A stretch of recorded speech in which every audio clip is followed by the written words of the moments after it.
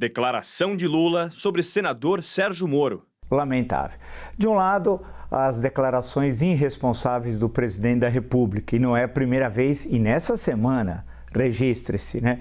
Quando ele diz que ele está querendo ser cauteloso, o presidente da República, e diz que houve uma armação e que o ex-juiz é mentiroso, ele não está sendo cauteloso. Pelo contrário, ele está afirmando de forma peremptória que houve uma armação, portanto, uma violação da lei a serviço de um político, um atual político, ex-juiz, Sérgio Moro, sem apresentar nenhuma prova. Ele provavelmente, acho eu, leu há 2 dias atrás, eu li também, num site muito próximo ao governo, essa relação sem nenhuma prova indevida entre a juíza Gabriela Hart e a operação em que ela estaria supostamente a serviço de Sérgio Moro para desgastar o governo. Eu não acredito, evidentemente, nessa informação, não acredito por várias razões. Primeiro, pelo comportamento da juíza. Eu algumas vezes acompanhei as suas ações. Segundo, porque não havia nenhum documento, nenhuma prova que poderia dizer que a juíza estaria a serviço dessa suposta conspiração para favorecer Sérgio Moro e enfraquecer o governo. Terceiro, eu tinha dito aqui, a questão da exploração política do fato. O que importa em toda essa operação foi uma vitória. Vitória de quem? Da Polícia Federal, do Ministério da Justiça, contra o crime organizado. Foi uma pequena vitória? Foi uma pequena vitória.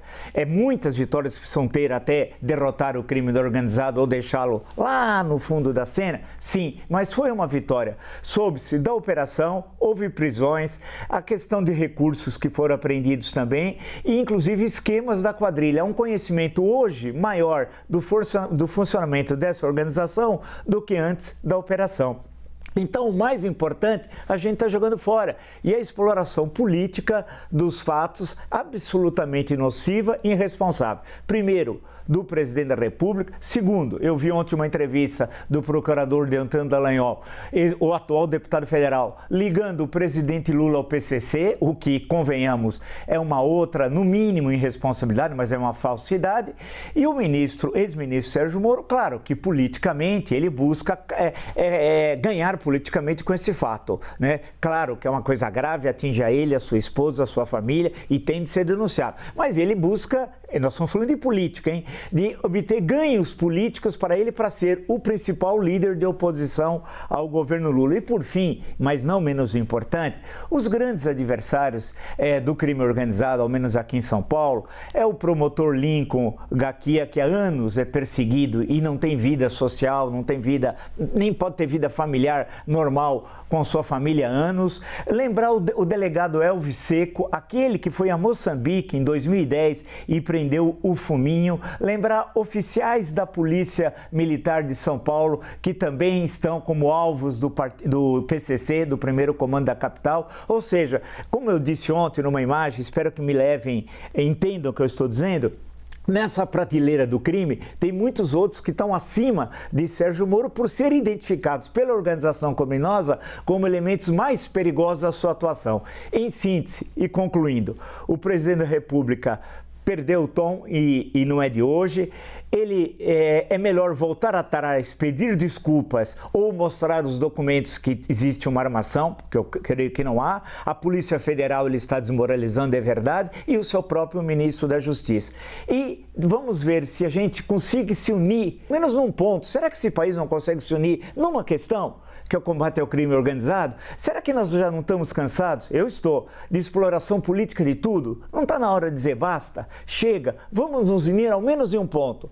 O ataque ao crime organizado. As outras coisas, continuam todas as divergências, mas ao menos enfrentar o crime organizado de forma unida, legal, competente e dando segurança a todos nós. Em certo momento fizeram esse paralelo, Luiz Inácio Lula da Silva e Nelson Mandela. Um paralelo, na minha leitura, com todo respeito aos outros, as outras leituras, absolutamente equivocado. Você imagina se o Nelson Mandela, depois de sair de mais de 2 décadas de prisão, num país do apartheid. O que é o apartheid? Vamos falar para os mais novos. povos. Você tinha calçadas separadas para andar brancos e negros, banheiros, trabalhos, bairros, a discriminação nas escolas, tudo. É como se você tivesse no mesmo país duas sociedades. A maioria negra que não tinha direito algum, ao contrário, eram presos, massacrados, viviam em batustões, lembrados dos batustões que muitos não recordam hoje, e uma maioria de brancos com todos os privilégios do mundo.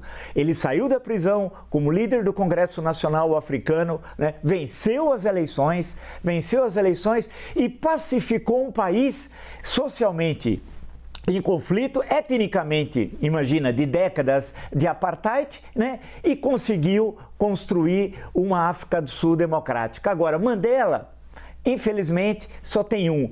O Lula não pode pegar o rancor. Todo mundo tem rancor de ficar, evidente, na leitura dele, preso equivocadamente 580 dias. Mas uma coisa é o rancor do cidadão.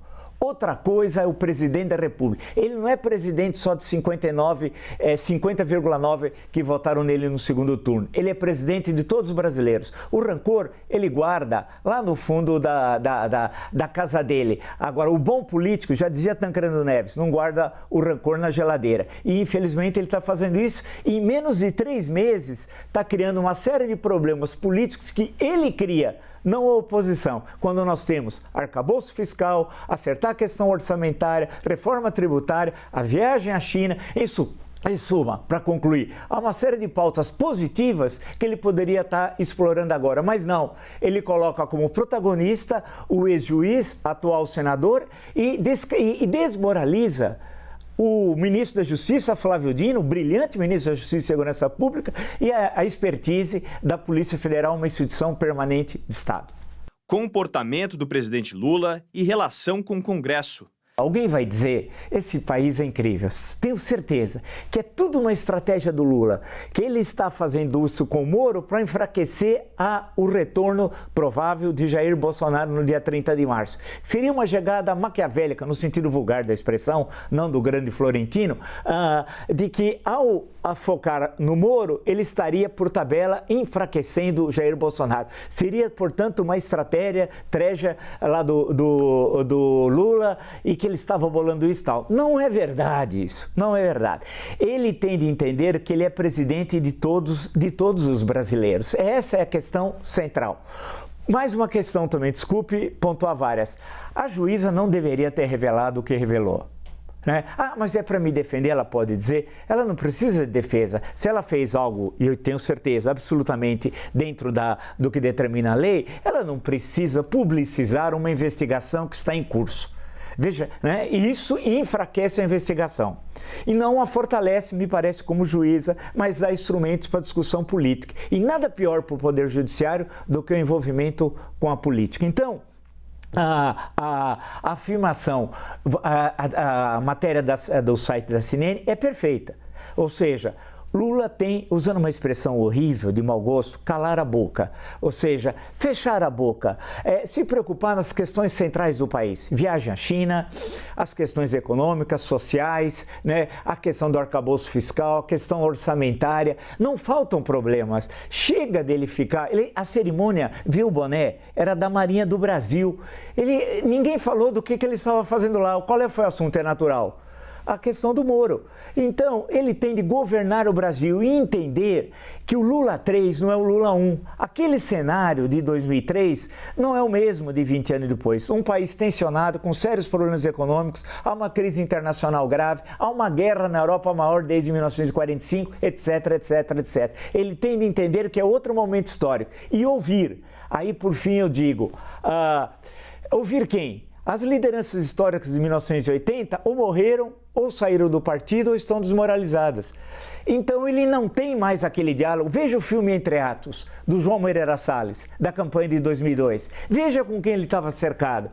São pessoas históricas no movimento sindical, político brasileiro. Agora é ele. Achar que a sua esposa, com todo respeito, a senhora Rosângela seja uma espécie de consultora ou uma Evita Peron, ou agora a moda tudo ser Evita Peron aqui no Brasil, também não é o caso, né? Então, a grande questão que o Lula precisa entender é o seguinte: sou o presidente da República Federativa do Brasil, não sou só do 59,9. E se quero fazer o último governo, ele disse que será o último, Lula 3, hein? Eu acredito nele. Então, eu vou fazer o governo da pacificação. E para pacificar, não vale acusar, atacar sem provas, é buscar consensos. E lembrar que se nós não temos consenso sobre o ataque ao crime organizado, nós vamos ter consenso sobre o quê? Isso aqui é um país ou não é? Então está na hora de dizer basta, chega ao oportunismo e nos unir, ao menos num ponto, no ataque ao crime organizado. Presidente Lula e o novo arcabouço fiscal. Não é tarefa fácil. Bem, qualquer questão complexa para resolver exige saídas complexas e negociação política. Então o governo está entendendo que precisa. Essa vai ser inclusive o primeiro teste do governo, para ver se ele tem maioria ou não no Congresso Nacional. No Senado a coisa é mais tranquila, na Câmara não. Então vai ser o primeiro grande teste. Então diz que até o dia 15 lá de abril vai estar pronta a proposta. Eu acho que pressa nesse momento é a pior saída. Tem que negociar, conversar, chegar a uma proposta de governo que todo o governo concorde, que não haja dissidência, que o PT não haja como ombudsman do governo, e muitas vezes a Gleisi Hoffmann faz isso, e não é positivo nesses momentos de maior tensão, numa questão tão vital para o governo como essa, e com a base do governo, chamar a base antes de encaminhar a proposta ao Congresso, tirar todas as divergências para facilitar o trâmite, garantindo o apoio tanto do presidente da Câmara como do presidente do Senado. Agora, esses dois pontos centrais, saúde e educação, são fundamentais. A saúde, nós temos as sequelas da Covid, né? Que são milhões de brasileiros. E muitas doenças que o tratamento foi represado por causa da Covid. E por incrível que pareça, o quadriênio presidencial anterior, no último ano que fez o orçamento, o presidente anterior, que hoje está passando férias na Flórida, cortou verbas do Ministério da Saúde para esse ano. É um negócio assim inacreditável quando eu vi o orçamento. Quando nós precisamos de mais recursos, nós temos o maior serviço, o SUS é o maior sistema público de saúde do mundo e é muito importante, especialmente para os mais pobres. E por fim, a educação é central. Aí tem duas questões. A questão dos analfabetos da Covid. Essa expressão não é pejorativa, é importante só ressaltar.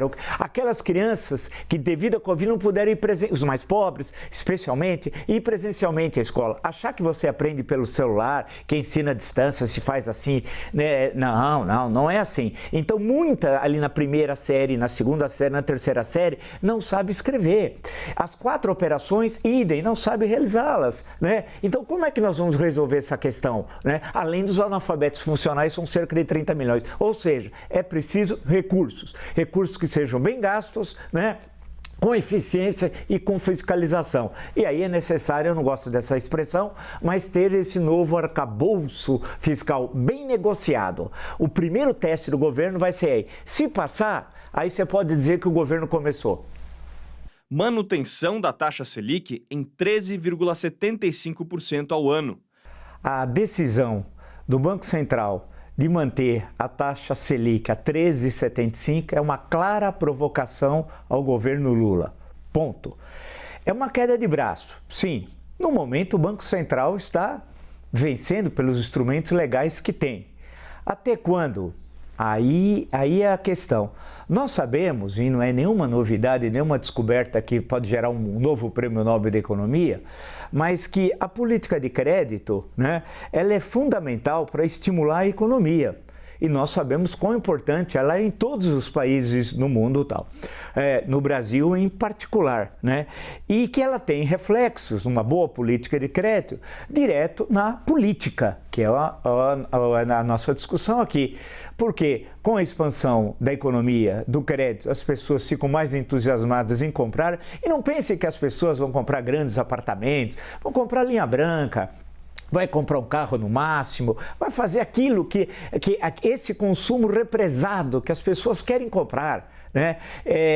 E não há essa questão da relação com a inflação, politicamente falando, estou no campo político, hein? É um verdadeiro absurdo. Pode subir um ponto a inflação, mas se isso levar a um crescimento da economia, é muito mais importante. Para depois, lá na frente, claro, não perder preocupação com a inflação. É uma decisão, portanto, eu acho, de retaliação política, para ser bem duro, do presidente do Banco Central em relação ao governo Lula. Não faz bem ele participar de grupos do WhatsApp de ex-ministros do governo Bolsonaro, e você recordou com muita propriedade que no momento lá da eleição ele estava com a camisa da seleção brasileira. E nós sabemos como isso tudo está amarrado à questão do arcabouço fiscal, que deve ficar pronto na metade de abril, pelo que falamos ontem, né? Em suma, é necessário ter um cenário mais positivo econômico. Não há razão, na leitura política que eu faço, evidentemente, para manter a maior taxa de juros real do mundo. Isso é um verdadeiro absurdo. Isso se a economia estivesse numa debacle, e não está. E me parece que é uma resposta, uma provocação do presidente do Banco Central em relação ao governo e ao PT também. Agora, com relação, por fim, à senhora Gleisi Hoffmann, ela faz o papel de líder partidária.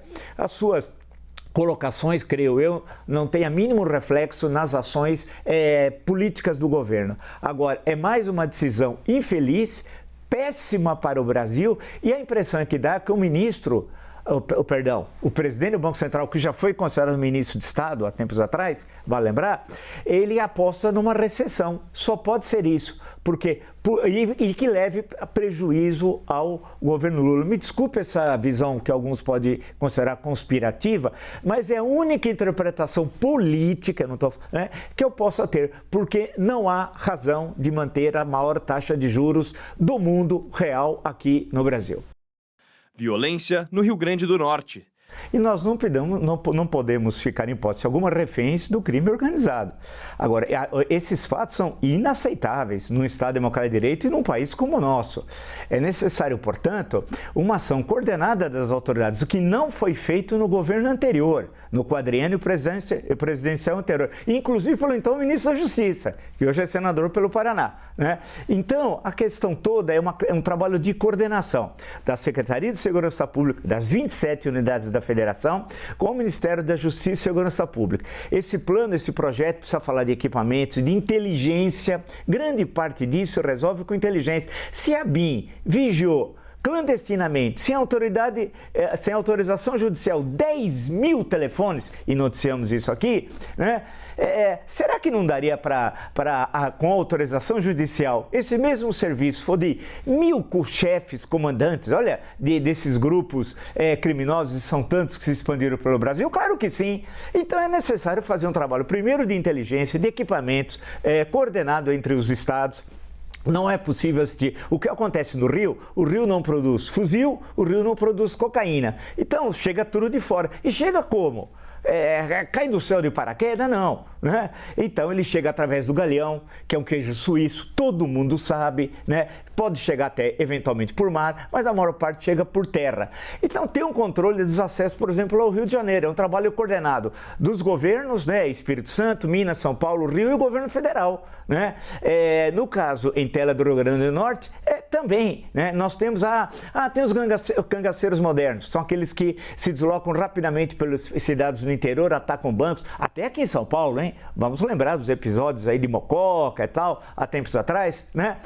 Basta um trabalho de inteligência. Para isso que a gente tem um setor, em algumas polícias militares que tem mais expertise do que outras, para tratar dessa questão. Então é fundamental que o ministro, para concluir, o ministro Flávio Dino faça esse trabalho de coordenação, e para que isso não mais se repita. Agora, você não ter controle sequer dos presídios, isso é inaceitável, porque grande parte do que ocorre dessas tragédias, as ordens passam pelos chefes das organizações criminosas que estão nos presídios. Agora, se você não controla nem presídio, então é melhor jogar a chave embora, voltar para Portugal e esperar que Dom Manuel Venturoso mande outra vez o Pedro Alves Cabral vir para o Brasil, e pronto, né?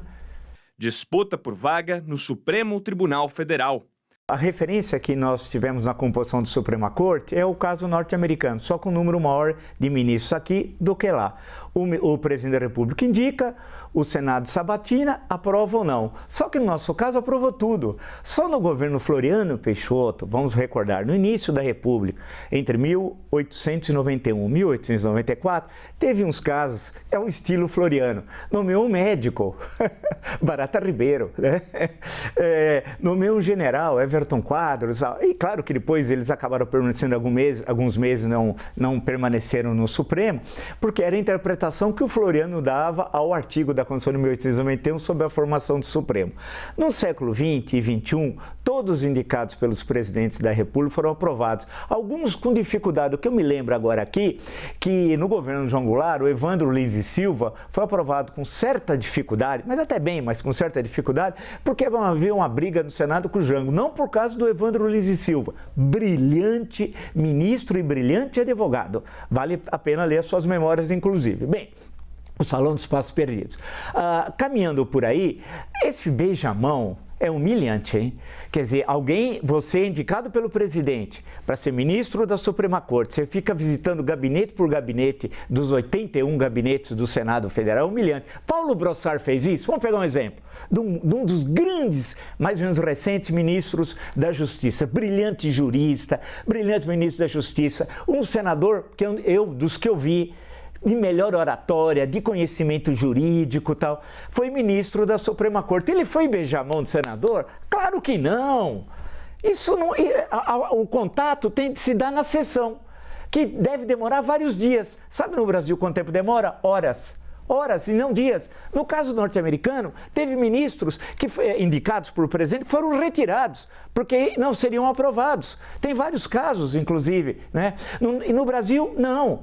Agora, claro que o Paulo Brossard está nessa altura, com todo respeito ao senhor Cristiano Zanin, ele está na prateleira aqui. Outro dia eu vi uma referência a Sobral Pinto, dizendo que o JK queria indicar o Sobral Pinto.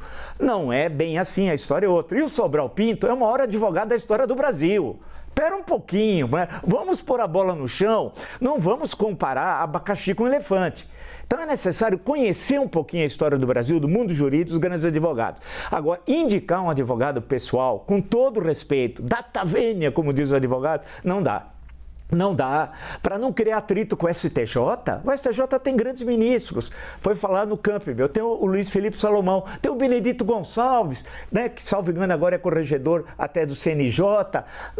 Não faltam juristas, né, que para o STF, não necessariamente você tem de ter sido desembargador ou ministro de juiz de primeira instância, nada disso, né? Não há também o quinto constitucional, que é também não há. Então você pode indicar, nós temos brilhantes juristas no Brasil. Indicar o próprio advogado, que poderá ficar, pela idade dele, até os 75 anos, ele pode ficar 28 anos no Supremo Tribunal Federal, pelas regras atuais que não podem ser alteradas caso haja uma mudança em relação ao mandato de ministro do Supremo. Não pega bem. Ele vai arrumar um problemão para ele, o presidente Lula, que vai fazer com que vai se desvirtuar novamente das questões centrais do Brasil. Qual é a questão central? Recuperação econômica. O Brasil precisa voltar a crescer. Como? Aí que é o problema. Então, ao invés de centrar fogo nessa questão, nas questões sociais, questão econômica, vai arrumar um problema político. O senhor Zanin vai ser aprovado com o pé nas costas, tanto na comissão, CCJ, presidida com todo respeito, mas por alguém que tem formação do ensino médio, e convenhamos, a comissão mais importante do Senado é a CCJ, só se ele fosse um Machado de Assis, mas o Davi Alcolumbre não é um Machado de Assis, né? Não é verdade? Então, não vai ser aprovado tranquilo, tenho absoluta certeza, mas não é só que não pega bem, é uma sinalização antirrepublicana. O Lula 3, que disse que quer encerrar a carreira em 2026, disse que não é candidato à reeleição, tinha dito no início, né? Tem de mostrar o que é ser republicano.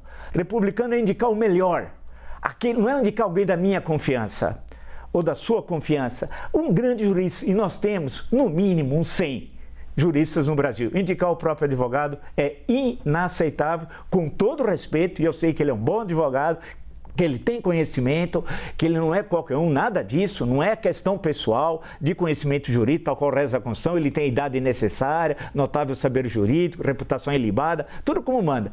Mas em termos republicanos, não é uma boa medida. Prisão do doleiro Alberto Youssef. Pode ser que o acordo não tenha sido até bem feito, mas ele não foi bem cumprido, né?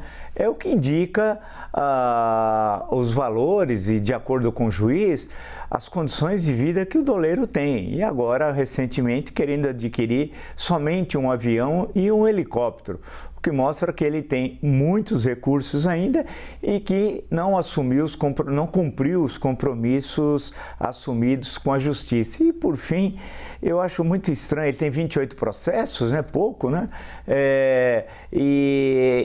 As condenações no Brasil, que acho que ninguém de nós nos conforma, 100 anos, 150, 200, 300 anos, só se ele vivesse várias vidas, tendo em vista que a Constituição proíbe a transferência de pena de um familiar para outro. Isso é proibido pela Constituição, de forma muito clara. Então, eu acho que o juiz está cumprindo o que determina a justiça, ele não está cumprindo a decisão, o Youssef, e agora volta outra vez para a cadeia. E vamos ver também se isso se aplica, aí depende da vara, não sei se tem a ver com a 13ª Vara Federal lá de Brasília, em relação a algumas delações premiadas que são assim inexplicáveis, os bens que permaneceram na mão dos relatores. Um exemplo, Sérgio Machado. Michele Bolsonaro na política. Com relação à senhora Michele, acho que a primeira pergunta que qualquer pessoa faz a uma suposta líder política que quer percorrer o Brasil, divulgando o seu partido, é o que ela pensa do Brasil. Que propostas ela tem sobre tantos os temas que são aqueles centrais? Primeiro, quer ser liberal. Se ela pudesse, por favor, me definir, eu agradeceria muito, muito mesmo. Primeira coisa, o que é liberal? Ela explicar. Segundo, qual é a proposta do partido dele e dela, em particular, para o Brasil? Porque você vai percorrer o Brasil falando do quê? Né? Vai falar do maquiador? Vai falar de que assunto? Né? Vai falar que vai se ajoelhar para orar para o bem do Brasil? Vai seguir o conselho do modo William de recuperar o dinheiro? Ore, ore, ore, que o dinheiro volta, lá dos jogadores de futebol, William Bigode. A grande questão é essa, é a pobreza ideológica do debate político no Brasil. A extrema-direita não tem ninguém, só tem Jair Bolsonaro, que tem lá 500 palavras no vocabulário, e a senhora Michele, que ninguém sabe o que pensa. Há um espaço enorme para a direita conservadora mesmo, que o Bolsonaro não é conservador, e para a direita liberal. Construírem líderes, ideias, projetos e programas e terem participação ativa no espaço político. Não pode cometer o mesmo erro de 2018 que se repetiu em 2022. 2018, perdão, e 2022. Há um espaço político agora. Tente-se construir essas lideranças que não vão se construir na véspera da eleição. É um processo histórico. Por fim, eu estou aguardando ansiosamente qual é o programa, qual é a visão de mundo que tem a senhora Michele Bolsonaro. Deputada posta foto com arma e referência a Lula. É típico, mas é típico dos Engenheiros do Caos, do Gustavo da Empoli. Quando você olha o livro, um pequeno livro, como essas lideranças falam, né, e depois dizem que não falam. Mas só que nós temos as imagens ou os textos. No caso dela, temos as imagens em que ela estava com uma metralhadora, que ela disse que não era metralhadora, era um fuzil. Bem, era uma arma pesada, né? Não era um estilingue, né? Como de antigamente, né? Não era nada, um revólver de plástico, não. Era uma arma pesada com uma frase em inglês, que é a língua nacional, para os extremistas, porque os extremistas não gostam da língua portuguesa, a língua de Camões e de Machado de Assis não tem nada a ver. E falam mal também a língua estrangeira. Então tá lá em inglês, que deixaria o Shakespeare envergonhado.